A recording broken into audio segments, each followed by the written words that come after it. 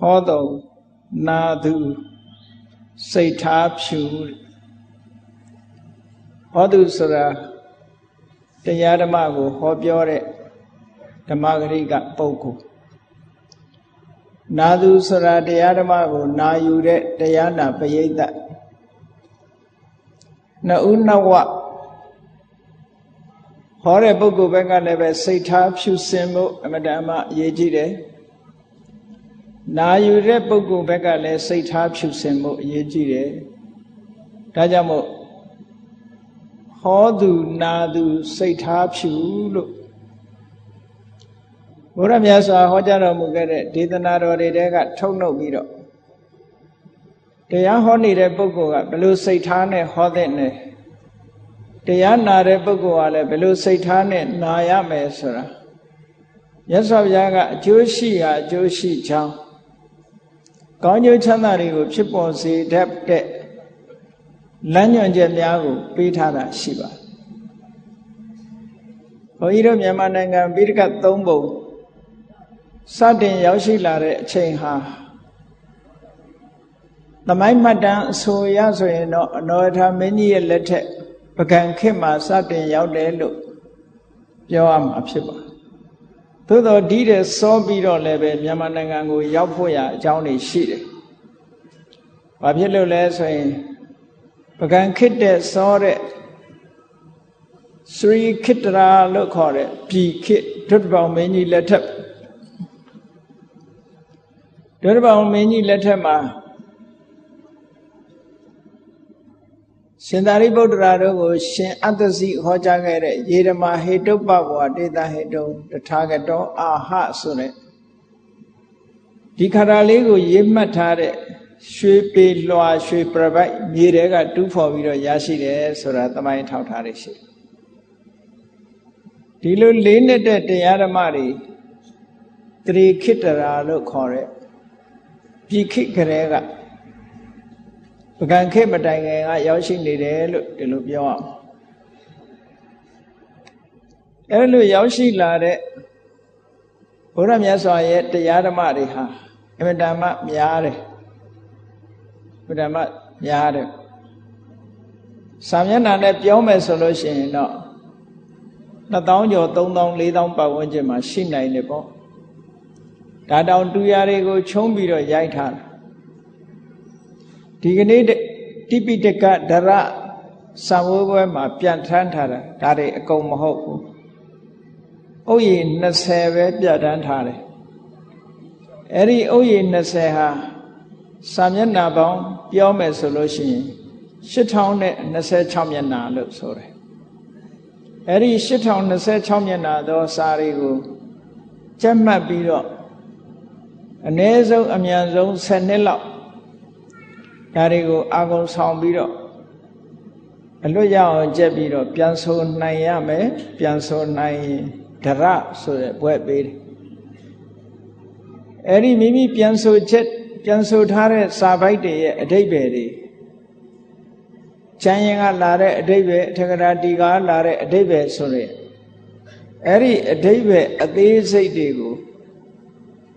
စာအုပ်တွေမှာဖတ်ရှုလေ့လာပြီးတော့နားလည်အောင်သဘောပေါက်အောင်သင်ယူမှတ်သားပြီးတော့မှစာမိုးပဲကိုဖြေနိုင်တဲ့ဖြေလို့အောင်မြင်ပြီဆိုရင်ကောဝိဒဆိုဘွဲ့ကောဝိဒဆိုလိမ္မာကျွမ်းကျင်သူလို့ပြောကြရတယ်ဒရဆိုတာနှုတ်တဲ့အာကုံဆောင်းသူကောဝိဒကလိမ္မာကျွမ်းကျင်သူဒါကြောင့်မို့မြန်မာနိုင်ငံမှာတိပိဋကဒရတိပိဋကကောဝိဒလို့ဒီဘွဲ့နှစ်ခုစုံမှတိပိဋကဒရပုဂ္ဂိုလ်ဖြစ်တယ်ဒါပြောချင်တာကမြန်မာပြည်မှာပိဋကတ်၃ပုံရောက်ရှိနေတော့လဲဘုရားဓမ္မသံဃာကိုကြီးညိုကြတဲ့တရားဓမ္မတွေရဲ့လက်ထက်မှာပိဋကတ်နဲ့ပတ်သက်တဲ့အသိဉာဏ်ဟာအားပြော့နေသေးတယ်အားနည်းနေသေးတယ်။ဘာဖြစ်လို့အားနည်းနေရတယ်လဲဆိုရင်အချိန်မရှိလို့မလေ့လာနိုင်လို့စီးပွားရေးတစ်ဖက်လူမှုရေးတစ်ဖက်နဲ့ဒီလိုနေရလို့ဒီလိုပြောကောင်းပြောကြလိုက်အဲ့ဒါကအဓိကအခက်ခဲမဟုတ်ဘူးအဓိကအခက်ခဲကဘုရားဟောတဲ့တရားတွေဟာပါဠိလိုဟောထားတာ ပါဠိလိုဟောထားတဲ့တရားဓမ္မတွေကိုမြန်မာလိုပြန်ဖို့ဆိုတာပြန်ထားတာတွေတော့ရှိတယ်ပေါ့အတော်နဲ့လည်းမြန်မာမပြန်ခဲ့နိုင်ဘူးပေါ့ဘုန်းကြီးတွေဟောတဲ့တရားလောက်ပဲလူတွေကနာကြရရှင်းတော့ကဆိုရင်ရက်လဲခေတ်တို့ရက်ထောင်ခေတ်တို့ရကြီးကိုထောင်ပြီးတော့မျက်နှာပိတ်ပြီးတော့ဟောတဲ့ခေတ်ရှိသေးတယ်ရက်ထောင်တရားဆိုပြီးတော့ရတာတွေအကုန်ရွတ်ပြီးတော့ဟောလိုက်တာပေါ့ဝေဝေဆာသာမဟုတ်ဘူးကြက်ထားတဲ့အတိုင်းအကုန်အစအဆုံးဟောလိုက်တယ်အဲ့ဒါကိုရက်ထောင်ခေတ်လို့ပြောတယ်အဲ့ဒီရက်ထောင်တရားတွေနဲ့မြန်မာလူမျိုးတွေဟာစတင်ပြီးတော့တရားဝဲတွေမှာနာကြရအဲ့ဒီရက်ထောင်ခေတ်ကုံသွားတဲ့အခါကျတော့ရက်ထောင်ကိုပြောင်းပြန်ပြန်ပြီးတော့ရက်လဲခေတ်ဆိုပြီးတော့ဒါကြတော့ဘာတွေလှုပ်လာကြတော့ဆိုရက်လဲတရားစာတွေထုတ်ပြီးတော့ဇလန်းဇက်ွက်ကောင်းကောင်းတွေကိုအဆူနဲ့အငိုနဲ့အလွမ်းကန်ဆွေးခန်းတွေကိုဦးစားပေးပြီးတော့ဟောတဲ့ခေတ်တစ်ခေတ်ပေါ်လာခဲ့အဲ့တော့မြန်မာနိုင်ငံရဲ့ဓမ္မလုပ်ငန်းဟာပိဋကတ်နဲ့အလှမ်းဝေးနေသေးတယ်အဲ့ဒီဟောနေတဲ့တရားတွေဟာပိဋကတ်ထဲကမဟုတ်ဘူးလားလို့ဆိုဟုတ်ပါတယ်အဲ့ဒီဟုတ်တဲ့တရားတွေကဘာတွေတုံးဆိုရင်များသောအားဖြင့်ပုံပြင်တွေပဲများတယ်ပုံဝတ္ထုတွေပဲများတယ်ဇာလန်းဇက်ွက်တွေဟောတာဆိုတော့ဒကာရကမတွေကလည်းပွဲကြည့်ရတယ်လို့ပဲတရားနာရတဲ့အခါမှာဇာလန်းကလေးတွေမှတ်ထားပြီးတော့နာကြတယ်လွမ်းကန်ဆွေကန်ဟောတဲ့အခါမျက်ရည်လေးတုပ်ပြီးနာတယ်ပေါ့အဲ့လိုခေတ်တွေကိုဖြတ်ကျော်လာပြီးတော့နောက်ပိုင်းခေတ်ရောက်လာတဲ့အခါကျတော့ဗမာပြည်မှာစကိုင်းတောင်ရိုးကအနိစ္စခန်းဆရာတော်ဘုရားကြီးဆိုပေါ်အဲ့ဒီအနိစ္စခန်းဆရာတော်ဘုရားကြီးကလွမ်းကန်ဆွေကန်နေမဟုတ်ဘူးပါဠိတော်သုတ်တံပါဠိတော်ကြီးတွေကိုအစအဆုံးရွတ်ဆိုမြန်မာပြန်ပြီးတော့ဟောခဲ့တယ်ပါဠိတော်ခေါ်စဉ်ကြီးတစ်ခုပေါ်လာခဲ့တယ်အဲ့ဒီပါဠိတော်ဟောစဉ်ကြီးကပရမလူတွေကနားမရင်ညဘူးနားမရင်တော့ဘုန်းကြီးတို့ကြားဘူးတယ်အနိစ္စခန်းဆရာတော်မန္တလေးကတရားဟောပြီးပြန်တော့အဲ့ဒီတုန်းကစကိုင်းတရားကြီးကစစ်တွင်းကနေပြီးတော့အင်္ဂလိပ်ကချိုးသွားတာဂုံနှကုံရေတဲ့ပြုတ်ကြအဲ့ဒီချိန်မှာစကိုင်းတောင်ရိုးကနေပြီးမန္တလေးဘက်ကူးချင်လို့ရှင်အညာအခေါ်ငှက်လို့ခေါ်တယ်တမ္ပန်နဲ့လူကမတ်တက်ရပ်ပြီးတော့တက်နှချောင်းနဲ့ခတ်တဲ့တမ္ပန်ပေါ့ရန်ကုန်မှာလည်းရှိပါတယ်ခုတော့အဲ့ဒီလိုခတ်တာမဟုတ်တော့ဘူးပဲချိတ်ဆက်ကလေးနဲ့မောင်းနေတာအဲ့ဒီလိုငှက်တံပံနဲ့ဟိုဘက်ကန်းကိုကူးပြီးတော့သွားတရက်တော့အနိစ္စခန်းဆရာတော်ကြီးတရားဟောပြီးတော့ပြန်လာတယ်တဲ့ပြန်လာတဲ့အခါကျတော့ဆရာတော်ကြီးက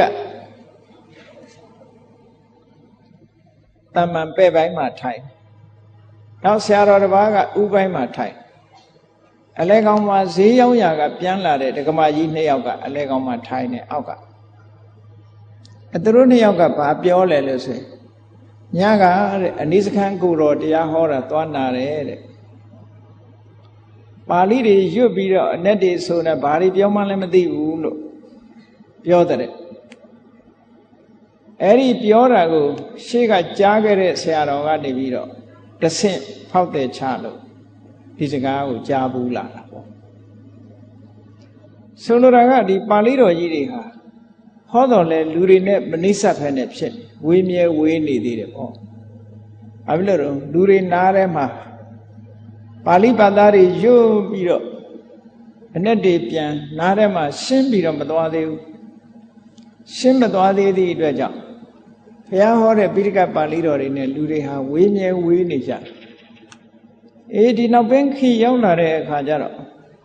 တရားရိပ်တာတွေပေါ်လာလို့မဟာစီဆရာတော်ဘုရားကြီးတို့သုတ်တန်တွေကိုကြာကြာနာနာဟောလာပြီးအဲ့ဒီလို ကဗျာလင်္ကာလေးတွေစီကုံးပြီးတော့လူတွေမှတ်လွယ်ရှိအောင်ဟောလာတဲ့အခါကျတော့အတော်အသင့်လူတွေဟာတရားနဲ့နီးစပ်လာတယ်လို့ဒီလိုပြောအောင်သုတ္တန်တရားတော်တွေနဲ့တဖြည်းဖြည်းနီးစပ်ဒီကနေ့ခေတ်ရောက်လာတဲ့အခါကျတော့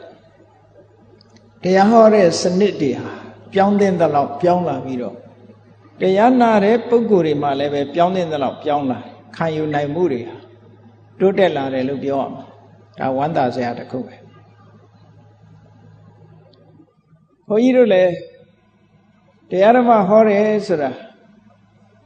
တကယ်တော့အလုံးသိကြပါလိမ့်မယ်တစ်သက်လုံးဘုန်းကြီးတို့တာဝန်ယူလာတဲ့ကိစ္စတစ်ခုကတရားဟောတဲ့တာဝန်မဟုတ်ဘူးစာသင်တိုင်းမှာစာချတဲ့တာဝန်နဲ့ကြီးလာခဲ့ရအသက်အရွယ်ကြီးလို့နိုင်ငံခြားတိုင်းပြည်တွေသွားဘာသာတရသင်ကြားလို့တက်မြောက်လာတဲ့အခါကျတော့နိုင်ငံသားတွေကိုစာသင်ပေးရတယ်ဘုရားရဲ့တရားတော်တွေနိုင်ငံသားတွေနားလည်အောင်တူရှင်းလို့ရင်အနှစ်ချုပ်ပြီးတော့ပြောရတဲ့အလေးအကျင့်တွေရလာ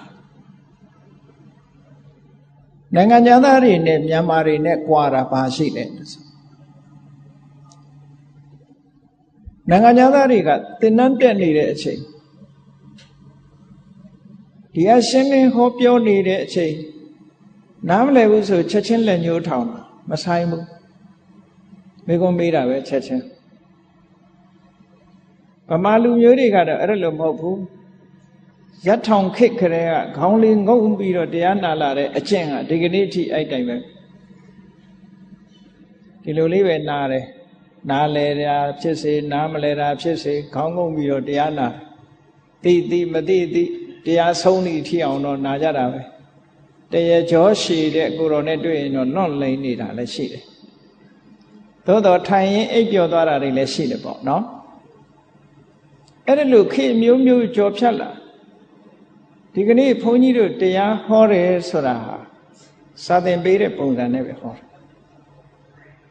ဘာဖြစ်လို့ဒီပုံစံဟောတာတော့ဆိုကိုကဟိုပုံစံလည်းမဟောတတ်ဘူးနော်ဟိုပုံစံလည်းမဟောတတ်ဘူးဟောလည်းမဟောချင်ဘူးအဲ့ဒီပုံစံမျိုးလူတွေရှင်းရှင်းနဲ့ဘယ်လိုနားလည်အောင်လုပ်ရမလဲဆိုတဲ့စိတ်ရှိတယ်အဲ့တော့သူများကိုရှင်းအောင်နားလည်အောင်ပြောမယ်ဆိုရင်ကိုယ်တိုင်ကအရင်နားလည်မှပြောလို့ရတာsubject matter တစ်ခုဟာရှင်းပြတဲ့ပုဂ္ဂိုလ်ကလဲနေလို့ရှိရင်နားထောင်တဲ့ပုဂ္ဂိုလ်ကလည်းလဲသွားမှာပေါ့ရှင်းပြတဲ့ပုဂ္ဂိုလ်ကပိုင်ပိုင်နိုင်နိုင်ရှိမှနားထောင်တဲ့ပုဂ္ဂိုလ်ကနားလဲအဲ့ဒါကြောင့်မို့လို့ဘုန်းကြီးတို့ရဲ့ရည်ရွယ်ချက်ဒီကနေ့တရားဟောတယ်ဆိုတာဟောတဲ့ဟောတိုင်းလို့ဟောတယ်လို့စိတ်ထဲမှာခံယူထားတယ်ဟောတဲ့အခါမှာလည်းပဲအပူရီမပါရအောင်ခရုစိုက်ပြီးတော့ကိုယ်တရားမဟုတ်ဘူးဖရာရဲ့တရားလူတွေနားလည်ကြပါစေတို့လူမျိုးတွေရဲ့လက်ထဲမှာပိဋကတ်သုံးပုံရောက်နေတာကြာလာပြီနှစ်ပေါင်းထောင်ချီပြီခနေ့အထိလူတွေထဲမရောက်သေးဘူးရောက်တယ်ဆိုတာဗာလေးရောက်တော့ဆို950ဇတ်တွေတို့ဓမ္မပဒဝတ္ထုကလေးတွေတို့အနှစ်သာရရှိတဲ့တရားတွေသိပြီးတော့မရောက်ဘူးဒီလိုအနေထားမျိုးရှိအဲ့ဒါကြောင့်မလို့အနှစ်သာရရှိတဲ့တရားတွေရောက်စေခြင်းနဲ့များဒါကြောင့်မလို့တရားဟောတာအဲ့ဒါလို့တရားဟောတာကိုယ့်ကိုရည်ရွယ်ချက်မှန်ကန်အောင်မြတ်စွာဘုရားရဲ့လမ်းညွှန်ချက်အတိုင်းစိတ်ထားဖြူစင်အောင်ကြိုးစားပြီးတော့ထားပြီးဟောတယ်ဒါတောင်မှပဲတနေ့ကဘုန်းကြီးတစ်ပါးကနေပြီးတော့ဖုံးဆက်တယ်ဆရာတော်တို့တရားလိုက်ဟောနေတယ်ကြားတယ်တဲ့တရားလိုက်ဟောနေလို့ရှိရင်အဝင်ပစိတ်ထွက်လည်းဖြစ်နေအောင်မယ်တဲ့သူကပြောတယ်နေပါအောင်ကိုရောပြောတာအဝင်ပစိန်ထွက်ဆိုတာဘာပြောတာလဲသူရဲ့ဆိုလိုရင်းအဓိပ္ပာယ်အဝင်ပစိန်ထွက်ဆိုတာဘာပြောတာတော့ဆိုတော့ကျောင်းမှာတန်ဃာတွေကိုစာမချဘဲနဲ့တရားလိုက်ဟောတာကိုသူကအပြစ်ပြောတဲ့သဘောမျိုးပေါ့နော်စာသင်ပေးတာကစာသင်ပေးလို့ရတဲ့အကျိုးအမြတ်ကိုပစိတ် တရားဓမ္မတွေကိုဟောလို့ရတာကအတ်လို့သူကအကြီးနဲ့အသေးပေါ့သူ့အမြင်ကိုပြောတော့ဘုန်းကြီးတို့ကဒီလိုမမြင်ဘူးလို့တို့သာသနာမှာတရားဓမ္မတွေကိုသာသနာဟာတရားဓမ္မတွေမှီပြီးတော့ယက်တည်ရတာမြတ်စွာဘုရားကိုကဘိက္ခုဘိက္ခုနီဥပဒကဥပတိကာလို့ဆိုပြီးတော့ပရိသတ်၄ပါးသာသနာပြုဖို့လက်တွဲပြီးတော့ပရိသတ်၄ပါးထားခဲ့တာဘုန်းကြီးတွေကဘုန်းကြီးတွေကြီးပဲစာချနေုံနဲ့ပြီးတာမဟုတ်ဘူးတရားဓမ္မတွေနားလည်အောင်လည်းပဲဟောပြောတဲ့နေမြတ်စွာဘုရားကိုယ်တိုင်ကိုကတေသစာယီကြွကြတရားဟောကြလို့သာသနာစတင်တဲ့အချိန်မှာဒေသေတဘိက္ခဝေဓမ္မံအာရိကလျာဏမစ္စေကလျာဏပရိယောဒနာကလျာဏအစလည်းဆုံး၃မျိုးလုံးကောင်းခြင်းနဲ့ပြည့်စုံတဲ့တရားဓမ္မကိုဟောကြလို့ဘာဖြစ်လို့ဟောခိုင်းတာတော့ဆိုအတ္တဝနတာဓမ္မတပရိဟာယန္တိတရားမနာရလို့ရှိရင်လူတွေဟာတရားကနေဆုံးရှုံးနေတာမှုရှိကြတယ်ဟုတ်တယ်တချို့တလေဟာဘုရားမြတ်စွာရဲ့တရားကိုမနာဘူးသည့်အတွက်ကြောင့်တရားတွေကဒီလိုရှိတာပါလားဆိုတာသဘောပေါက်လာကြတယ်တချို့အဲ့ဒါဟာအဝေနာမဟုတ်ဘူးပစိန်နဲ့အတ္တကြီးမားတဲ့ပစိန်နဲ့ကြီးမားတဲ့အရာကိုရဘာဖြစ်လို့တော့ဆိုသာသနာတော်တွေသာသနာဆိုတာဘုန်းကြီးတွေတင်ပြုလို့မရဘူးတရားဓမ္မပါပြုမှသာသနာရတယ်သာသနာတော်ရဲ့ထောက်တိုင်ကြီး၄ရပ်လို့ပြောရမယ်အမျိုးသားယဟန်တော်အမျိုးသမီးယဟန်တော်မျိုးသမီးယဟန်တော်ဒီကနေ့မရှိတော့သီလရှင်ပေါ့အမျိုးသားဥပဒကအမျိုးသမီးဥပတိကာလို့ဟောဒီ၄ဦးဆိုဆိုင်ယတီကြီး၄ခုဟာဥထံပဲ့ထံသာသနာတော်ကိုကျိုးပန်းအထောက်မှသာသနာတည်နိုင်တာဒါကြောင့်မို့ကိုရောပြောတဲ့အဝင်ပစိန်ထွက်ဆိုတာမဟုတ်ဘူးတရားဆိုတာဟောရသို့တော့ရည်ရွယ်ချက်တော့မှန်ရတရားဟောတဲ့ဘုန်းကြီးကလည်းရည်ရွယ်ချက်မှန်မို့လို့တယ်နောက်တစ်ခုပြောရအောင်မယ်တရားဘွဲကျင့်ပတဲ့ပုဂ္ဂိုလ်တွေကလည်းရည်ရွယ်ချက်မှန်မို့လို့တယ်မြန်မာနိုင်ငံမှာဝမ်းနည်းစရာသတင်းတွေကြားရတရားဝဲကျင့်ပတရားပွဲကို contract ဆွဲပြီးတော့ကျင့်ပါတယ်ဆိုတဲ့သတင်းတွေတောင်ထွက်တယ်ပေါ့ဟုတ်မဟုတ်တော့ဘုန်းကြီးတို့မသိဘူးပေါ့နော်တရားပွဲရက်ရှိကျင့်ပါတယ်ရက်ရှိကျင့်ပပြီးတော့အလှခံလို့ရတဲ့ငွေချေးကိုအချို့တဝက်ဓမ္မဂရိကလှူကျန်တာကုန်ကြစိတ်ပေါ့အတန်ချက်ဆက်တို့ဘာတို့ငှားကားတွေနဲ့တချို့စီမှာလောက်တာဟုတ်လောက်တယ်အဲ့ဒီလိုအတန်နေကြားတယ်အဲ့ဒါကတော့တကယ်မဖြစ်တဲ့ကိစ္စတစ်ခုဖြစ်တယ်လို့ပြောရမှာပဲဘာသာရေးကိစ္စတစ်ခုကဘာသာရေးအမြင်နဲ့ပဲလုံးတဲ့တရားကိုမျက်နှိုးတဲ့အနေနဲ့ပဲရှိတဲ့တရားဆိုတာအလွန်မော်မြတ်ပြီးတော့လူတိုင်းနာယူခွင့်ရှိရနောက်တစ်ခုပြောရအောင်မယ်တရားပွဲကို organize လုပ်တဲ့လူတွေရှိတယ်ဆိုလိုတာကတရားပွဲမှာအလှခံတဲ့လူတွေပေါ့တတိထားဖို့ကောင်းတာတွေကဓမ္မပူဇာများများရအောင်ဒီလိုအလှခံတာမျိုးတွေလုပ်ကြတယ်ဘုန်းကြီးတို့တခါတလေကျတော့စိတ်မကောင်းဘူးစိတ်မကောင်းဘူးဆိုတာဘာလဲဆိုရင်သူတို့လှူလိုက်တဲ့ဓမ္မပူဇာလေးတွေချိလိုက်လို့ရှင်ဆင်းရဲသားတွေရဲ့ခါးကြားကထွက်လာတဲ့အနွမ်းလေးတွေတွေ့ရဒါလေးတွေကတော့ဒုက္ခမြတရားနာခြင်းရှာလို့ပိုက်ဆံပေးနာရတဲ့အဓိပ္ပာယ်မျိုးဖြစ်နေတယ်ဒါမဖြစ်သင့်ဘူးဓမ္မပူဇာလှူတဲ့လူကလှူခြင်းလှူမလှူခြင်းနေဘုန်းကြီးဆိုတာတရားပွဲလာဟောမှာပဲဓမ္မပူဇာရခြင်းလို့တရားပွဲဟောတာမဟုတ်ဘူးတရားဟောလို့ဓမ္မပူဇာရဒီလိုသာဖြစ်ရဓမ္မပူဇာရလို့တရားပွဲဟောတရားဟောတာမဟုတ်ဘူးတရားဟောလို့ဓမ္မပူဇာရဓမ္မပူဇာရတယ်ဆိုတာလှူတဲ့လူအတွက်ကုသိုလ်ပဲသူကလည်းတရားကိုပူဇော်တာဟောတဲ့ပုဂ္ဂိုလ်ကလည်းပဲအဲ့ဒါကိုမမျှော်ကိုးရဘူးအဲ့ဒါလို့မဟုတ်ဘူးဆိုလို့ရှိရင်အယောင်းဝယ်တစ်ခုဖြစ်လာနိုင်တယ်ပေါ့ ဒါမရှိတာကိုဘုန်းကြီးတို့ပြောတာမဟုတ်ပါဘူးတကယ်ရှိတာနယ်ဘက်မှာတရားပွဲတစ်ပွဲမှာနာမည်ကျော်ဆရာတော်ကြီးတစ်ပါးပွဲတော်ထုတ်မပြောတော့ဘုန်းကြီးတို့ကလည်းလူစုံတော့ကြားရတဲ့ပေါ့ဒါမျိုးတရားပွဲမှာတရားဟောပြီးရေစက်ပါချပြီးဆရာတော်ကကားပေါ်ရောက်ပြီးပြန်တော့မယ်တရားပွဲစီစဉ်တဲ့ပုဂ္ဂိုလ်တွေကခဏနေပါအောင်ခဏနေပါအောင်စည်ရင်းရှင်းလို့မပြီးသေးလို့တဲ့အဲ့ဒါဘာလို့ဆိုရင်ဓမ္မပူဇာတွေကငွေကိုအတန်ချက်ဆက်ငှားကားကဘလောက်ဖြာငှားကားကဘလောက်မီးငှားကားကဘလောက်ဆက်ငှားကားကဘလောက်ဆိုအဲ့ဒီစည်ရင်းရှင်းတာမပြီးသေးလို့တဲ့ဓမ္မပူဇာကိုမလှူနိုင်သေးဘူးဒါတကယ်ဖြစ်တာပုံမြင်မဟုတ်ဘူးဗမာပြည်မှာဒီလိုဖြစ်နေတာတွေရှိတယ်အဲ့ဒါမျိုးကမဖြစ်သင့်ဘူးအဲ့ဒါလို့မဖြစ်သင့်ဘူးဒါကြောင့်မို့လို့တရားပွဲတွေမှာခိတ်ဝါကနေပိတ်ပြီးတော့အလှခန္ဓာဟာ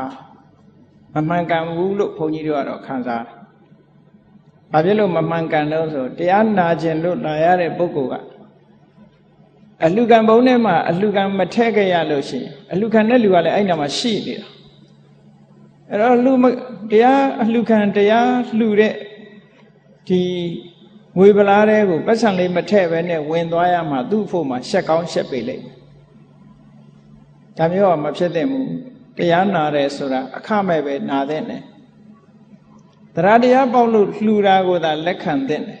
။လှူအောင်တော့မတောင်းခံသင့်ဘူးပေါ့။ဘုန်းကြီးတို့တော့အဲ့ဒါကိုလုံးဝမနှစ်သက်ဘူးအဲ့ဒီကိစ္စ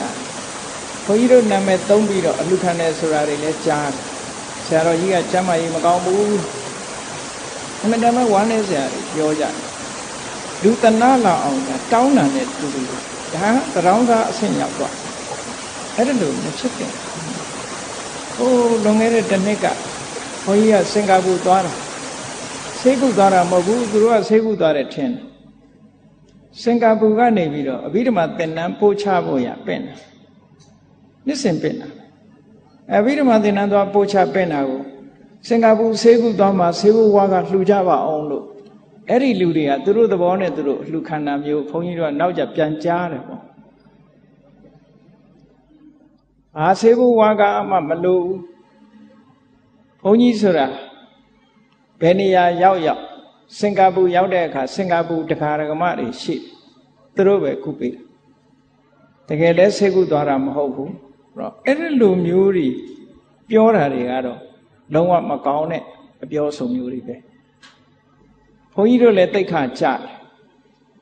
အဲ့လိုမျိုးကလုံးဝမပြောသင့်ဘူးဒါတတိထားစရာကိုပြောပြတယ်တကယ်လဲကြုံတွေ့ခဲ့တဲ့ကိစ္စတွေကိုပြောပြတယ်အဲ့ဒါကြောင့်မို့လို့ဓမ္မပူဇာဆိုတာသူလှူခြင်းတဲ့စေရနာရှိတဲ့ပုဂ္ဂိုလ်သာလှူပါစေ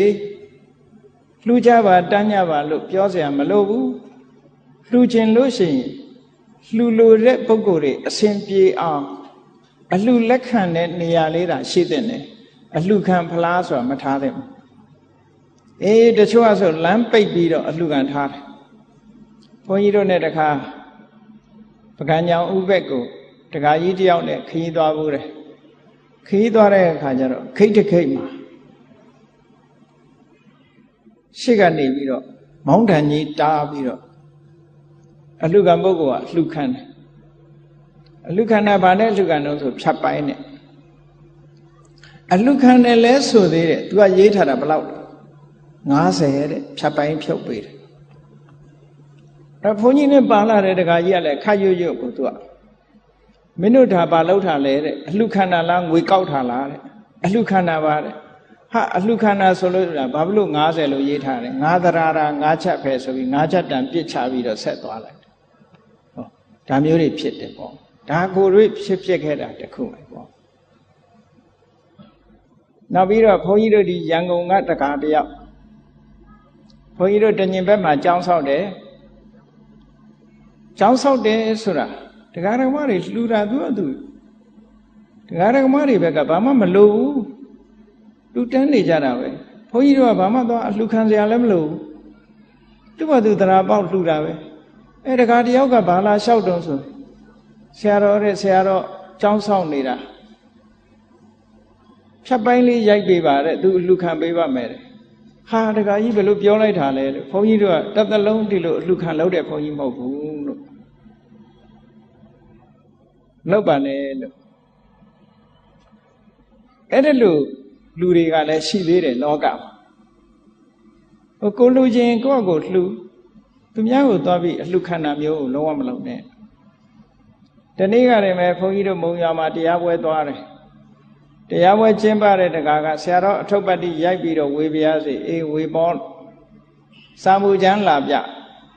ဘာတွေပြတော့ဆိုဘုန်းကြီးတို့ကိုလှူထားတဲ့ကျောင်းတိုက်ပေါ့အသစ်တီထောင်တဲ့ကျောင်းတိုက်ရှိတယ်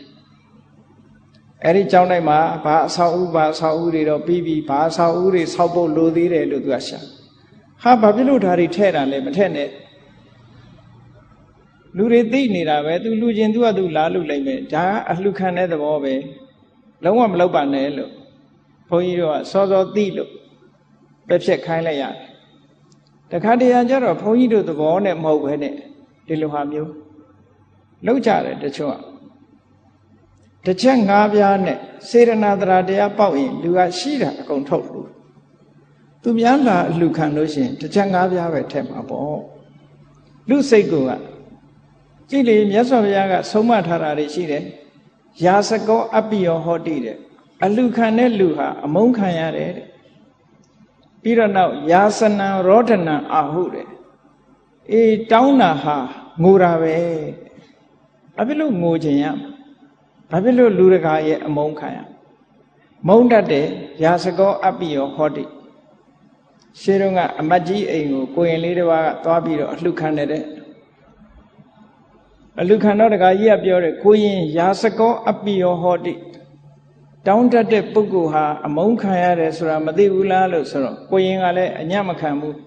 တကာကြီးယာစံအတ္တထမပိယောတောင်းလာတာကိုမလှူရင်လည်းအမုန်းခံရတယ်ဆိုတာတကာကြီးမသိဘူးလားဟောနော်အလှခံတဲ့ပုဂ္ဂိုလ်ကိုဒါအလှခံခြင်းကိုခံရတဲ့ပုဂ္ဂိုလ်ကလည်းမုန်းတယ်အလှခံတာမရလို့ရှိရင်လည်းမုန်းတယ်အဲ့တော့တဦးနဲ့တူအမုန်းပွားရုံပဲရှိဘာမှအကျိုးမရှိဘူးလူခံတရားပေါက်လို့သူကသူလှူတာဒီလိုပဲဖြစ်တယ်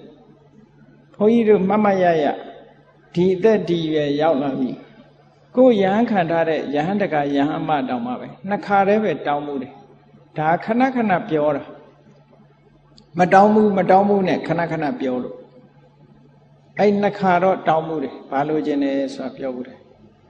မန္တလေးမှာအမတန်စာတတ်တဲ့ဆရာတော်ကြီးတစ်ပါးကိုကျောင်းတကာကျောင်းမှာလျှောက်တယ်ဆရာတော်လူရာရှိမရှိပါဗျလူရာရှိမရှိပါ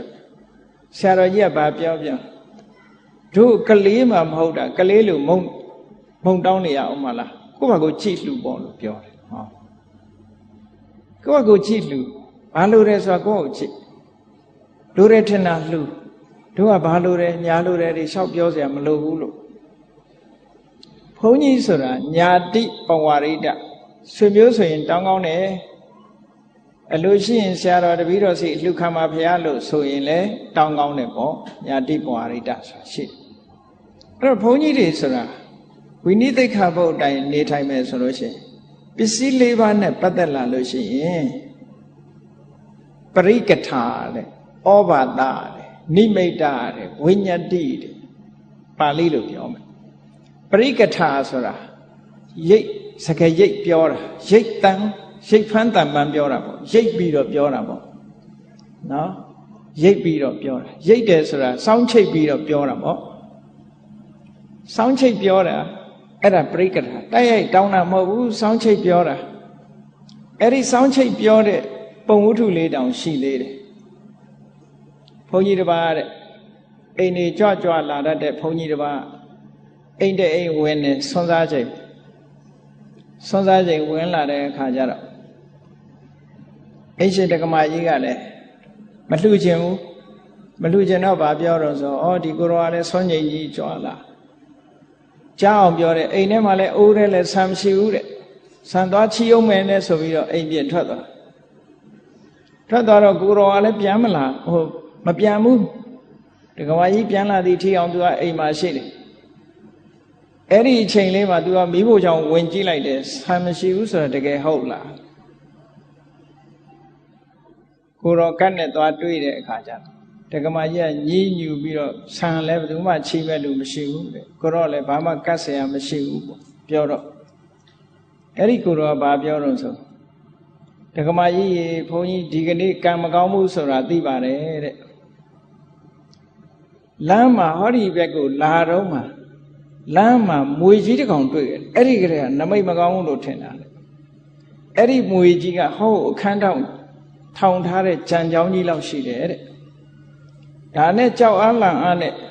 မွေကြီးကကိုယ်စီလာမှာဆိုပြီးတော့ခြောက်မလို့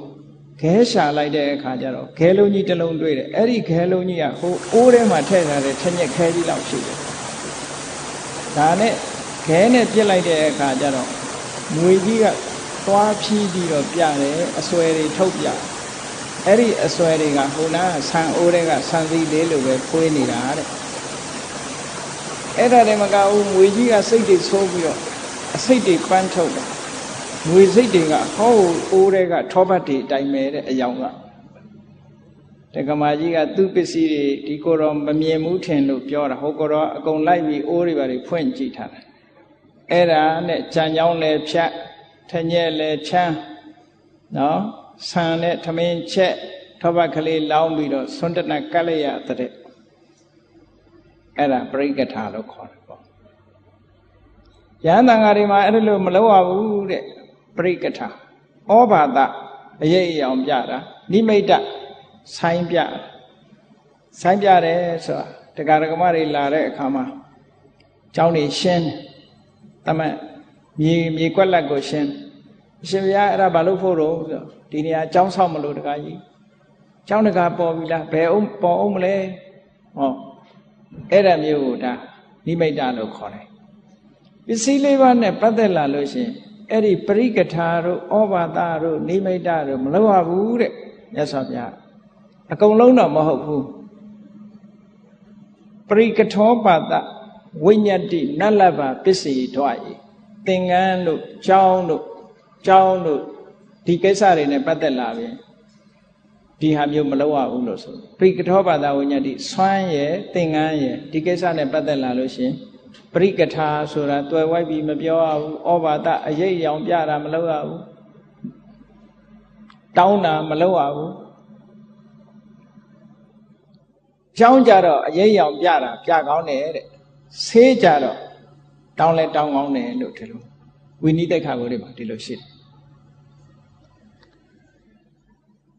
ပစ္စည်းလေးပါးနဲ့ပတ်သက်ပြီးတော့တောင်းခြင်းမလုပ်ရဘူးလို့ဒီလိုဆိုအဲ့တော့တောင်းတာဆိုလို့ရှိရင်ဘုန်းကြီးတွေမှာခွင့်မပြုဘူးအလူခံဖို့လျှောက်ထားတဲ့ဖိတ်ကြားထားတဲ့ဒကာဒကမမဟုတ်လို့ရှိရင်တောင်းခံခွင့်မရှိဘူးအဲ့တော့ဘုန်းကြီးကတောင်းတာမဟုတ်ပါဘူးဒကာဒကမကသူ့ဘာသူနှိုးဆော်တာပါလို့ဆိုလို့ရှိရင်လေအမတန်မြင့်မြတ်တဲ့ပုဂ္ဂိုလ်တွေကဒီအလုပ်ကိုမကြိုက်ဘူးကိုယ့်အတွက်ဆွဲတရားဟောတာကိုလုံးဝမကြိုက်ဘူးရှင်သာရိပုတ္တရာမထေရနဲ့ရှင်မောက္ကလံမထေရတောရကျောင်းလေးမှာသတင်းသုံးတယ်အဲ့ဒီလိုသတင်းသုံးနေတဲ့အချိန်မှာရှင်သာရိပုတ္တရာလေနာယောဂဘိုင်းနာတယ်ပေါ့ဘိုင်းနာတော့ရှင်မောက္ကလံကရှင်ဘုရားဘိုင်းနာတာရင်တော့ဗာနဲ့ပျောက်တော့ဆိုသူကပြားတို့တကားတို့ထောပတ်တို့နဲ့ရောပြီးတော့နွားတို့နဲ့ကြိုချက်ထားတဲ့ဟာလေးအိမ်မာနေတော့ကသူ့ရဲ့မေတော်ကြီးကလှုပ်ကြွေးဘူးတယ်တဲ့အဲ့ဒါလေးနဲ့ပျောက်ဖူးတယ်လို့နှစ်ပါးစကားပြောတာအဲ့ဒီလိုစကားပြောတဲ့အခါကျတော့စဉ္ညာလန်းကိုစောင့်တဲ့နတ်ကအဲ့နာကတစ်ပင်မှာစောင့်တဲ့ယုတ်ကစိုးနတ်ကကြားသွားပြီးတော့ရှင်သာရိပုတ္တရာတို့ကိုးကွယ်တဲ့တရားဓမ္မအိမ်သွားပြီးတော့ကလေးတယောက်ကိုဝင်ပူးတယ်ဝင်ပူးတော့နတ်ကတော်မေးတဲ့အခါမှာသူကဘာပြောလဲဆိုရင်အမနဲ့ကြအဲ့ဒါကတ်ရင်ကတ်ပေါ့ကတ်လို့ရှိရင် तू လွတ်မယ်ပေါ့ဆိုတော့အိမ်ရှင်တွေကပြောတာပေါ့ဟာတို့ကဒီရှင်သာရိပုတ္တရာရဲ့တရားဓမ္မတွေပဲတို့ကတ်နေကြပဲဘာမှအပန်းကြီးတဲ့ကိစ္စမဟုတ်ဘူးနတ်ကအဲ့လိုဝင်ပူးလုပ်တာ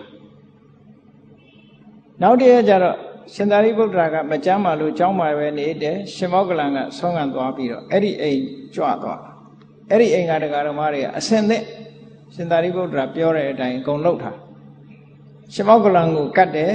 ရှင်မောက္ကလံကတော့မစင်စားဘူးမစင်စားရင်မသိဘူးဒါကတော့ဒီဟာဘယ်လိုလုပ်ရတာတော့လို့မစင်စားဘူးမစင်စားတော့ကတ်ထာဖုံးပေးလိုက်တယ်ပေါ့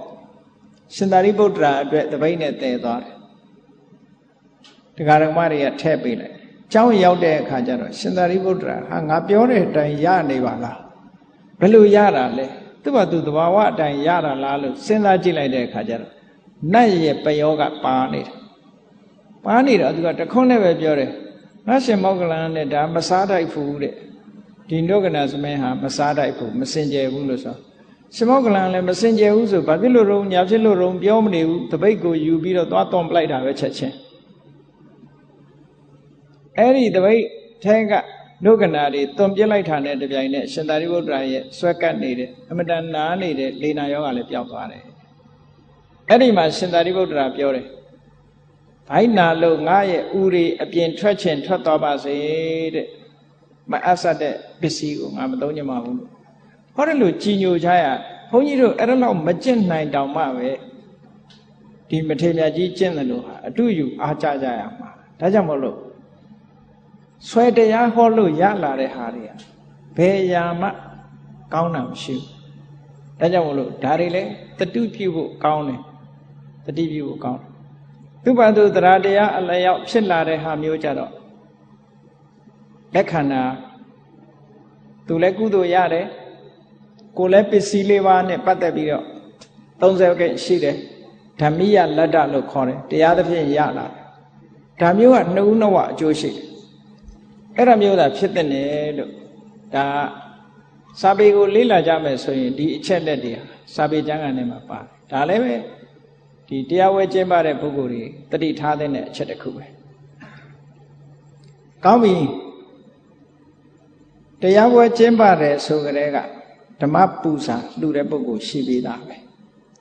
တရားနာတဲ့ပုဂ္ဂိုလ်တွေဟာလှူခြင်းတယ်ဆိုရင်သူ့ဘာသူလှူပါစေမလှူခြင်းဘူးဆိုရင်လည်းပဲမျက်နှာမငယ်ပါစေနဲ့ဘုန်းကြီးတို့ကတွေးမိတယ်တရားနာရတာပတ်စံပေးနာရတယ်လို့ဖြစ်နေအဓိပ္ပာယ်မရှိဘူးလို့တရားကလည်းတို့တရားမဟုတ်ဘူးဖရာရဲ့တရားဖရာတရားဆိုတာအယောင်းဝယ်မလုပ်အောင်ရောင်းဝယ်တဲ့သဘောမဖြစ်စေရဒါကြောင့်ဘုန်းကြီးတို့ကပြောထားတယ်ဘုန်းကြီးတို့တရားပွဲမှာလာပြီးစာအုပ်ရောင်းတာတို့စီဒီရောင်းတာတို့မလုပ်ပါနဲ့လို့ပြောတာဘာဖြစ်လို့မလုပ်နဲ့လို့ပြောထားတယ်လဲဆိုရင်ဘုန်းကြီးကရောင်းတယ်လို့ထင်မှာဆိုလို့အထင်းကိုမခံနိုင်တာပဲဘာမှမပတ်သက်ဘူးကိုနဲ့ဒါတွေကဒါကြောင့်မို့လို့တရားဝဲကျင့်ပါတယ်ဆိုတာလဲကုသိုလ်စစ်စစ်ရပြီးတော့တရားနာတဲ့ပုဂ္ဂိုလ်တွေကစိတ်ချမ်းသာကိုယ်ချမ်းသာနဲ့မမှန်ကန်ကန်နာကြရဖို့ဒါကအမတန်မှအရေးကြီးပါတယ်တရားဝဲကျင့်ပါတယ်ဆိုတာအမတန်မှကုသိုလ်ရတယ်သဗ္ဗဒါနံဓမ္မဒါနံဇိနာတိတရားနာခွင့်ရောက်အောင်ဖန်တီးပြီးလှုပ်ဆောင်ပေးတယ်ဆိုတာအမတန်ကောင်းတဲ့ကုသိုလ်တစ်ခုပဲအမတန်မွန်မြတ်တဲ့ကုသိုလ်တစ်ခုကိုလုပ်တဲ့အထဲမှာဘာမဟုတ်တဲ့လုပ်ပုံလုပ်နည်းမဟန်သည့်အတွက်ကြောင့်အပြစ်တွေဖြစ်လာတယ်ဆိုတော့မကောင်းဘူးပေါ့အဲ့တော့တန်တန်ရှင်းရှင်းဖြစ်အောင်လုပ်ဖို့အမတန်မှအရေးကြီးပါတယ်လို့တရားဟောတဲ့ပုဂ္ဂိုလ်ကလည်းစိတ်ထားဖြူစင်ရမယ်တရားနာတဲ့ပုဂ္ဂိုလ်ကလည်းစိတ်ထားဖြူစင်ရမယ်မြတ်စွာဘုရားကဥဒ္ဓယီတုတ်ဆိုတာရှိတယ်အင်္ဂုတ္တရနိကဥဒ္ဓယီတုတ်ဆိုတာရှိတယ်ဒီနေ့တော့ရှင်ဥဒ္ဓယီဆိုတဲ့မထေရကြီးကမထေရမြတ်ကမြို့ထဲမှာပရိသတ်မြောက်များစွာရဲ့အလယ်မှာတရားဟောနေတရားဝဲကြီးကျင်းပပြီးတရားဟောနေတော့ရှင်အာနန္ဒာကရှင်ဥဒ္ဓယီတရားဟောနေတယ်ဆိုတာကိုတွေ့ကြရလို့မြတ်စွာဘုရားကိုလျှောက်တယ်အရှင်ဘုရားတဲ့ဥဒ္ဓယီကိုရောကြီးတရားဟောနေတယ်ဘုရားတဲ့ဆိုတော့မြတ်စွာဘုရားကသူ့ရဲ့စိတ်ထားမဖြူစင်လို့နဲ့တူတယ်ကြိုက်ပုံမရဘူးတကယ်ဆိုဘုရားကိုယ်တိုင်ကတရားဟောဖို့တိုက်တွန်းတာပဲအဲ့တော့ဥဒ္ဓယီကတရားဟောဓမ္မဂရိကဆိုပြီးစိတ်ထားဖြူစင်ပုံမရဘူးအဲ့ဒါကြောင့်ဘလို့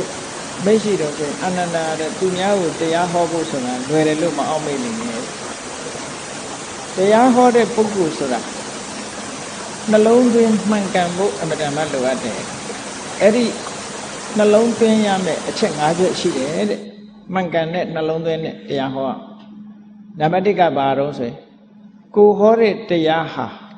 ဟောစဉ်မပြည့်ဟောမယ်ဆိုတဲ့နှလုံးသွင်းရှိရမယ်တောင်ရောက်မြောက်ရောက်တွေရှောက်မပြောရဘူးလို့ဒီလိုပြောတာအနုပုပ္ပိကထာဆိုတာမြတ်စွာဘုရားတွေဟောတာပထမဒါနအကြောင်းဟောတယ်ဒါနပြီးရင်သီလကိုဟောတယ်သီလပြီးရင်သက်ခနတ်ပြည်အကြောင်းကိုဟောတယ်နတ်ပြည်အကြောင်းပြီးရင်ကာမဂုဏ်အာယုန်တွေရဲ့အပြစ်အနာစာဆိုးရုပ်ပုံကိုဟောတယ်ပြီးတဲ့အခါမှာနိက္ခမေအာနိတန္တဆိုတာဟောတယ်အနုပုပ္ပိကထာ၅ပါးကာမဂုဏ်စွန့်လွတ်မှုရဲ့အကျိုးကျေးဇူးတွေကိုဟောတယ်ပြီးတော့မှစိတ်အခြေအနေတွေတိုးတက်လာပြီဆိုတော့မှသစ္စာ၄ပါးတရားကိုဟောတယ်အဲ့ဒါလို့ဟောစဉ်သို့မဟုတ်အကြောင်းအရာတစ်ခုကိုခေါင်းစဉ်တက်လိုက်တယ်အဲ့ဒီခေါင်းစဉ်တက်ထားတာကိုပဲဟုတ်လားစီကဆင်ကဟောရမယ်တဲ့တရားဟောတယ်ဆိုတောင်ရောက်မြောက်ရောက်ဟိုရောက်သွားလိုက်ဒီရောက်သွားလိုက်ဘာမှတ်ရမှမသိတဲ့ဟာမျိုးမဟောရဘူးလို့ဒီလိုဆိုတရားဟောတဲ့ပုဂ္ဂိုလ်ပဲကနောက်တစ်ခုကဘာတော့ဆိုရင်ပရိယာယထတ္တဝီကိုဟောတဲ့အကြောင်းအရာတစ်ခုကိုခိုင်လုံတဲ့အကြောင်းပြချက်တွေပါရှိရမယ်ပြောကြရတွေလျှောက်ပြောမဟုတ်တာတွေဒါမျိုးတွေမဖြစ်စေရဘူးတဲ့ခိုင်မာတဲ့အကြောင်းအရာခိုင်မာတဲ့အကြောင်းတရားကိုပြနိုင်ရမယ်ဒါဒုတိယအချက်တတိယအချက်ကဘာတော့ဆိုရင်အနုတ္တယံပဋိစ္စတရားနာတဲ့ပုဂ္ဂိုလ်တွေပေါ်မှာသိကြပါစေတရားဓမ္မကိုနာပြီးရင်တော့တရားဓုတရားမြတ်တွေရကြပါစေအသိဉာဏ်တွေဖွံ့ဖြိုးတိုးတက်ကြပါစေတရားနာပုဂ္ဂိုလ်တွေရဲ့အကျိုးစီးပွားကိုလိုလားပြီးတော့တနာခြင်းဆိုတဲ့ကရုဏာတရားပြီးတော့ဟောရမယ်တဲ့နောက်စတုထအချက်အနေနဲ့ဘာတော့ဆိုနအာမိတံတရောနအာမိတံတရောကထံကထက်တာမိဆိုလိုတာကဘာတော့ဆို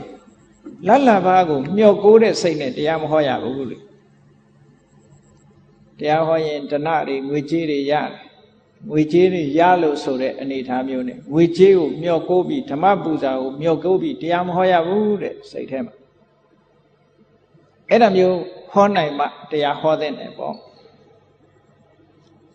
နောက်တစ်ခုကဘာတော့ဆိုလို့ရှိရင်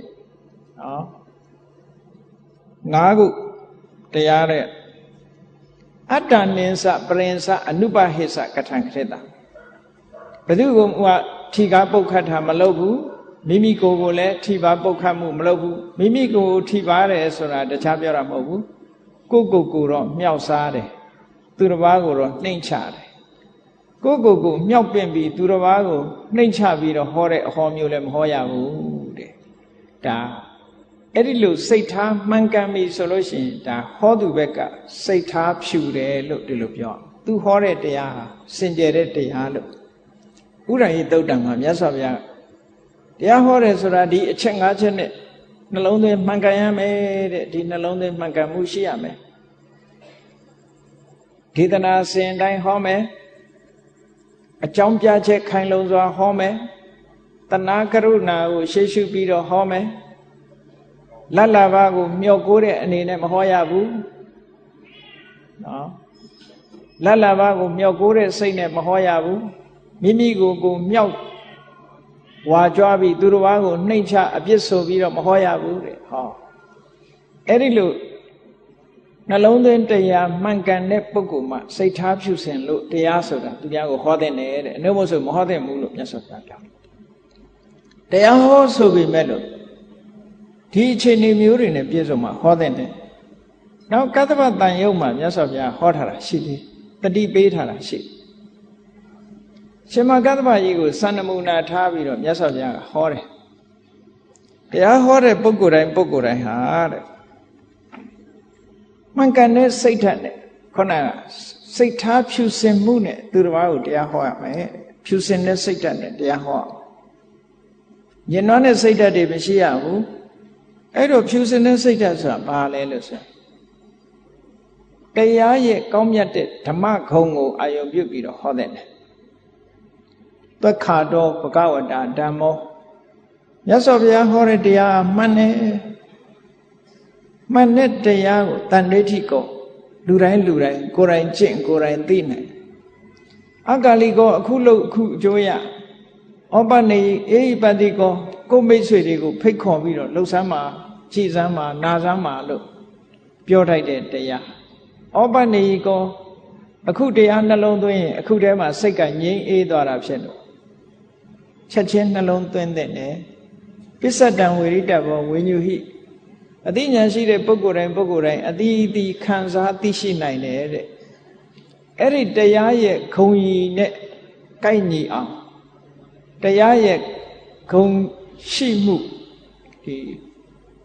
ပြည့်စုံတဲ့ဂုံရည်ချင်းတွေကိုထုတ်ဖော်ပြီးတော့အဲ့ဒီတရားနဲ့အညီတရားဟောတဲ့နဲ့တဲ့အဲ့ဒါလို့ဟောပြောတဲ့အခါမှာမှန်ကန်တဲ့စိတ်ထားဘယ်လိုထားရမလဲဆိုလို့ရှိရင်ငါဟောတဲ့တရားကိုတရားနာပရိသတ်ကြီးနာကြပါစေနာခွင့်ရကြပါစေဒီစိတ်ရှိရ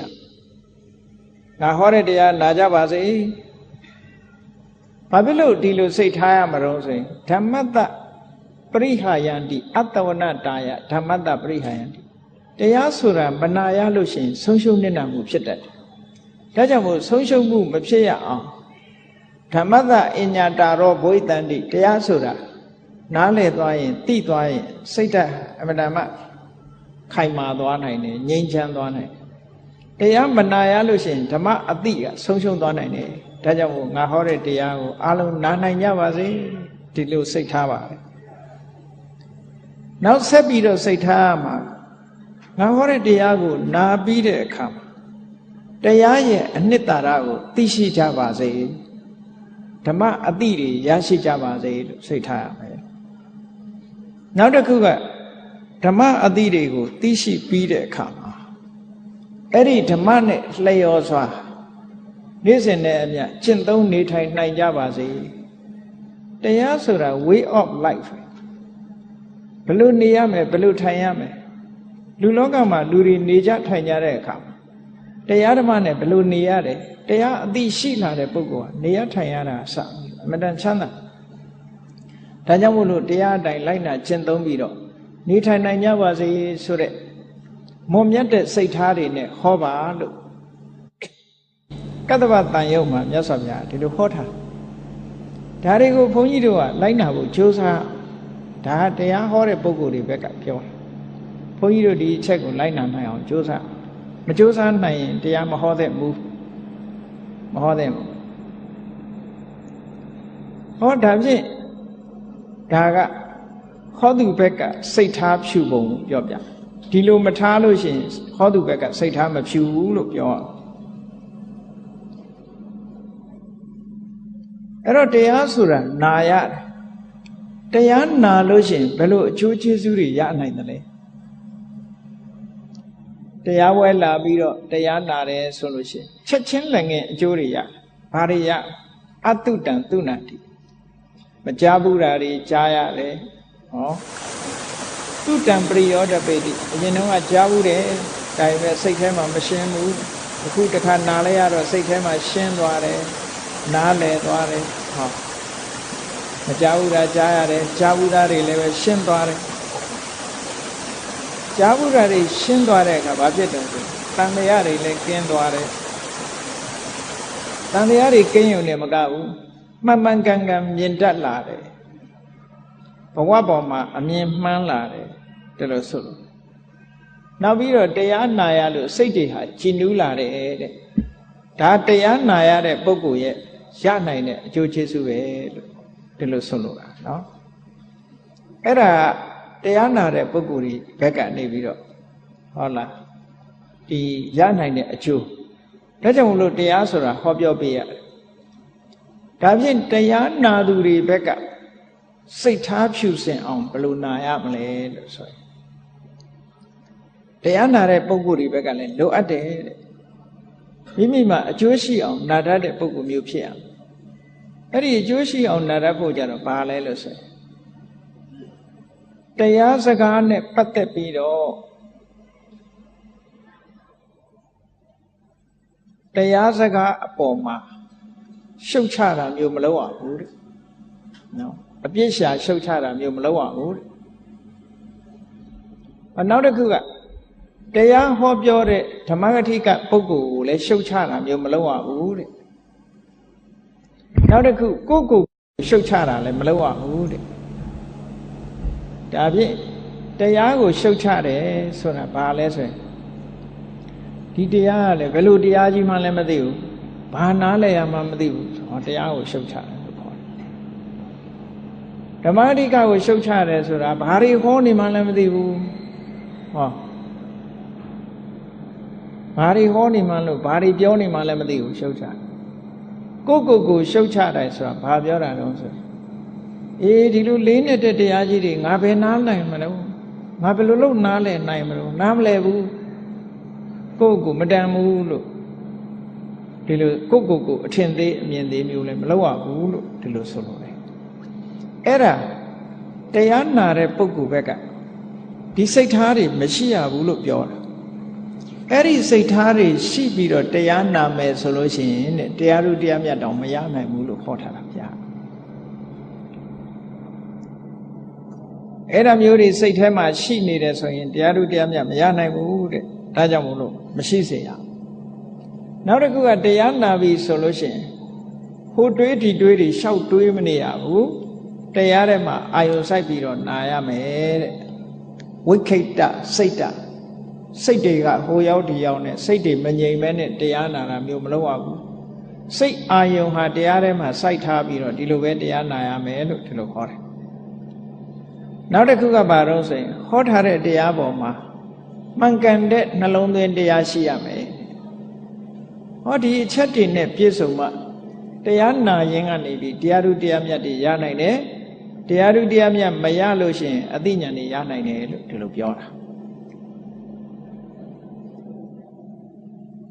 အဲ့ဒါနဲ့ပတ်သက်ပြီးမြတ်စွာဘုရားကတမ္ပတ္တနိယမတုတ်ဆိုပြီးတော့အင်္ဂုတ္တမှာဟောထားတာဒါကတရားနာသူတွေမှတ်သားဖို့အချက်တွေပေါ့စကားကိုမရှုတ်ချရဘူးတရားစကားကိုမရှုတ်ချရဘူးတရားဟောဓမ္မဂတိကကိုမရှုတ်ချရဘူးအပြစ်မတင်ရဘူးမိမိကိုယ်မရှုတ်ချရဘူးအပြစ်မတင်ရဘူး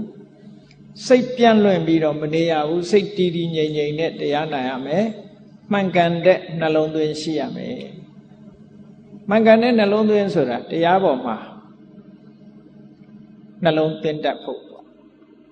ကိုယ်တဏ္ဍာမှာထင်ဟပ်ပြီးတော့ဒီတိုင်းဟုတ်တာပါလားဟုတ်တာပါလားမှန်ကန်တဲ့နှလုံးသွင်းလေးရှိဖို့လိုအပ်တယ်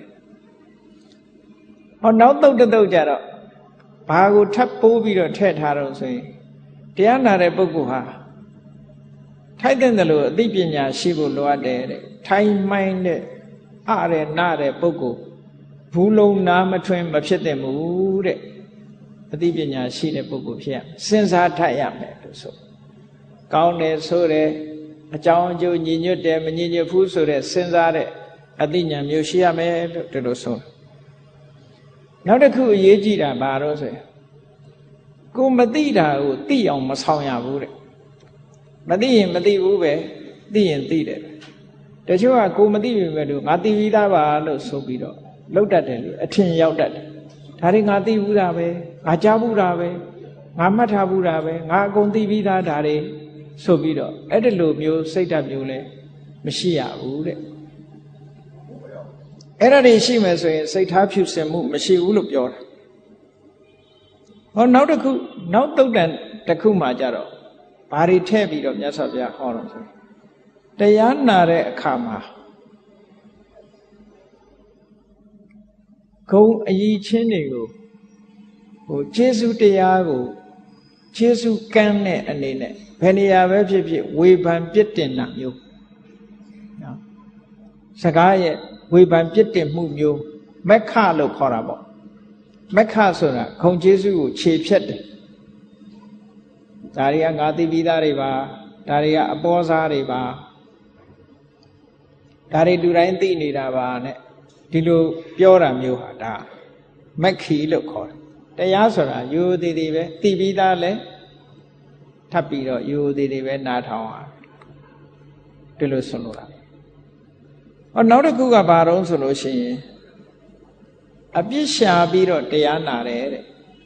တရားနာတဲ့အခါမှာအဘယ်စကားလုံးအပြင်မှားတယ်ဘယ်ဟာကပြင်မမှန်ဘူးကိုသိထားတာနဲ့ဒါနဲ့လွဲနေတယ်လို့အဲ့ဒါလို့အပြစ်ရှာတဲ့အနေနဲ့တရားမနာရဘူးတဲ့နောက်တစ်ခုကတော့ဓမ္မဂထိကအပေါ်မှာဒေါသဖြစ်တဲ့စိတ်ဓာတ်မျိုးဒီလိုဟာမျိုးမရှိရဘူးတိုက်ခိုက်လို့တဲ့စိတ်ဓာတ်မျိုးမရှိရဘူးပြစ်တင်လို့တဲ့စိတ်ဓာတ်မျိုးမရှိရဘူးတဲ့အဲ့ဒါလို့မြတ်စွာဘုရားက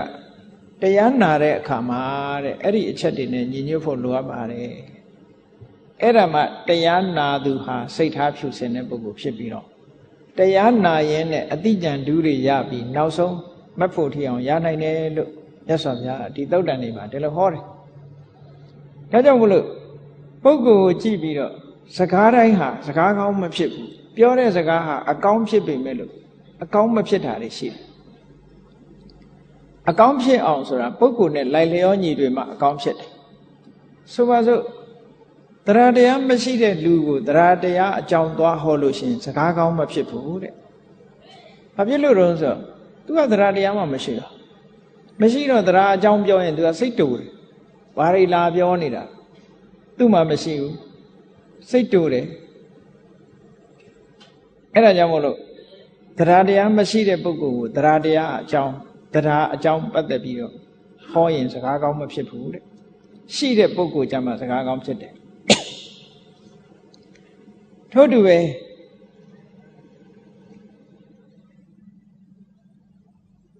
သီလမရှိတဲ့ပုဂ္ဂိုလ်သွားပြီးတော့သီလအကြောင်းသွားပြောရင်စိတ်တူတယ်နော်သီလအကြောင်းသွားပြောရင်စကားကောင်းမဖြစ်ဘူးအောင်မြင်တဲ့စကားလုံးမဖြစ်ဘူးသီလရှိတဲ့ပုဂ္ဂိုလ်ကမှသီလအကြောင်းစကားပြောရမယ်ဒါမှစကားကောင်းဖြစ်တယ်ဟောနောက်တစ်ခုကတော့ဗဟုသုတလိုက်စားတဲ့ပုဂ္ဂိုလ်ကြမှာသုတနဲ့ပတ်သက်တဲ့စကားမျိုးဟာစကားကောင်းဖြစ်တယ်ဗဟုသုတနဲတဲ့ပုဂ္ဂိုလ်သွားပြောလို့ရှိရင်သုတကိုမလိုလားတဲ့ပုဂ္ဂိုလ်သွားပြောလို့ရှိရင်အဲ့ဒီပုဂ္ဂိုလ်ကစိတ်တူတယ်ဒေါသထွက်တယ်စကားကောင်းမဖြစ်ဘူးတဲ့ပညာရှိတဲ့ပုဂ္ဂိုလ်မှပညာနဲ့ပတ်သက်တဲ့စကားမျိုးပြောလို့ရစကားကောင်းဖြစ်တယ်ပညာမရှိတဲ့ပုဂ္ဂိုလ်သွားပြီးတော့ပညာအကြောင်းသွားပြောရင်စိတ်ဆိုးတယ်တဲ့စကားကောင်းဖြစ်မလားမအောင်မြင်ဘူးလို့ဒီလိုပြောအဲ့တော့ပုဂ္ဂိုလ်ကလည်းပဲသရမဲ့တဲ့ပုဂ္ဂိုလ်ရှိတယ်နော်သီလမရှိတဲ့ပုဂ္ဂိုလ်ရှိတယ်ဗဟုသုတမရှိတဲ့ပုဂ္ဂိုလ်ရှိတယ်နောက်ပြီးတော့စွန့်ကြဲမှုဆိုတဲ့စာကမရှိတဲ့ပုဂ္ဂိုလ်ရှိတယ်ဒုပညာမဲ့တဲ့ပုဂ္ဂိုလ်ရှိတယ်တဲ့အဲ့ဒါမျိုးတွေကိုသွားပြီးတော့တရားအကြောင်းတို့သီလအကြောင်းတို့ဘဝတုဒ္ဒအကြောင်းတို့စာကစွန့်လွတ်မှုအကြောင်းတွေတို့ပညာအကြောင်းသွားပြောမယ်ဆိုလို့ရှိရင်စကားကောင်းမဖြစ်ဘူးတဲ့စကားကောင်းဖြစ်ဖို့ရာအတွက်တရားတရားရှိတဲ့ပုဂ္ဂိုလ်တရားအကြောင်းဟောကျင့်တဲ့ဝမ်းသာတယ်ငါမှဒါတွေရှိတယ်သီလရှိတဲ့ပုဂ္ဂိုလ်သီလအကြောင်းဟောဝမ်းသာတယ်ကျင့်တတ်တယ်ဘဝတုဒ္ဒရှိတဲ့ပုဂ္ဂိုလ်ဘဝတုဒ္ဒဆိုင်ရာတွေပြောတယ်သဘောကျတယ်စွန့်ကြဲတတ်တဲ့ပုဂ္ဂိုလ်လှူဒန်းတတ်တဲ့ပုဂ္ဂိုလ်စာကအကြောင်းပြောရင်သဘောကျတယ်ကျင့်တတ်တယ်ပညာရှိတဲ့ပုဂ္ဂိုလ်ပညာအကြောင်းပြောရင်သဘောကျတယ်ကျင့်တတ်တယ်စကားကောင်းဖြစ်တယ်ဒါလည်းပဲမြတ်စွာဘုရားကဒုက္ခထာဆိုတဲ့သုတ်တံမှာဟောထားတာရှိပါတယ်ဒါတွေကအလွန်မှတ်သားစရာကောင်းတယ်ဒါကြောင့်မို့တရားချက်ခင်သူတော်စင်ပြိဿအပေါင်းတို့ဟာဒီကနေ့ဟောပြတဲ့သုတ်တံတွေအားလုံးစုစုပေါင်းလိုက်မယ်ဆိုရင်တော့၄သုတ်ပေါ့အဲ့ဒီသုတ်တံတွေမှာလာတဲ့မြတ်စွာဘုရားရဲ့လမ်းညွှန်ချက်တွေလိုက်နာကျင့်သုံးကြမယ်ဆိုလို့ရှိရင်တရားဟောတဲ့ပုဂ္ဂိုလ်ကလည်းပဲလိုက်နာရမယ်အချက်တွေတရားနာပရိသတ်ဘက်ကလည်းလိုက်နာရမယ်အချက်တွေအဲ့ဒီအချက်တွေနဲ့ညီညွတ်အောင်ဟောပြောနိုင်မယ်နာယူနိုင်မယ်ဆိုလို့ရှိရင်နှစ်ဦးနှစ်ဝအကျိုးရှိပါတယ်တရားဟောတဲ့ပုဂ္ဂိုလ်ကလည်းပဲဘုရားမြတ်စွာရဲ့တရားဓမ္မကိုစိတ်ထဲမှာအာယုံစိုက်ပြီးဟောလို့ရှိရင်ရှင်ခေမကဆိုတဲ့ယဟန်တစ်ပါးဟာတရားဓမ္မကိုအာယုံစိုက်ပြီးတော့ဟောလို့ဟောတာကတော့သူများပဲဒါပေမဲ့သူကအကျွတ်တရားရသွားတယ်အာယုံစိုက်ပြီးတော့ဟောလို့ဘာနဲ့ဥပမာတူတုံးဆိုရင်ဖယ်ရီမင်းဆိုတဲ့ခရုသမားနဲ့ ဥပမာတူကရုသမားကလှေလှော်ပြီးတော့ပတ်စင်ဂျာဟိုဘက်ပို့တယ်ခီးတယ်ကိုဟိုဘက်ပို့တယ်